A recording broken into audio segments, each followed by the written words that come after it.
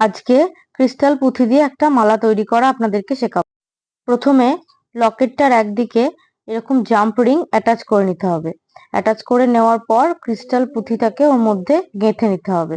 Crystal পুঁথিটাকে গেঁথে নিয়ে এরকম ভাবে গিঁট দিয়ে নিতে হবে। আপনার ক্রিস্টাল পুঁথিটাকে যে কোনো শক্ত সুতো দিয়ে গাঁথতে পারেন। একদিকে জাম্প রিং অ্যাটাচ করে ক্রিস্টাল পুঁথিটাকে সুতোর মধ্যে গেঁথে নিয়ে আবার উপরে আবার একটা জাম্প রিংটা অ্যাটাচ করে নেওয়ার পর শক্ত করে নেবেন এবং একটা কালো রঙের টার্সেল আমি এখানে ব্যবহার করেছি, আপনারা যে কোনো রং ব্যবহার করতে পারেন। সেই কালো রঙের টার্সেলটা দিয়ে টার্সেলের মধ্যে একটা জাম্প রিং অ্যাটাচ করে এই ক্রিস্টালের জাম্প রিং আর টার্সেলের জাম্প রিংকে যোগ করে দিতে হবে, দিয়ে ওটাকে শক্ত করে দিতে হবে।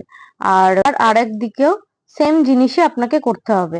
এইভাবে দুই দিকে সমানভাবে করে টার্সেলটাকে অ্যাটাচ করে দিতে হবে। এইভাবে মালাটি আপনার তৈরি হয়ে গেল। ভিডিওটি কেমন লাগলো অবশ্যই আমাকে জানাবেন। নমস্কার।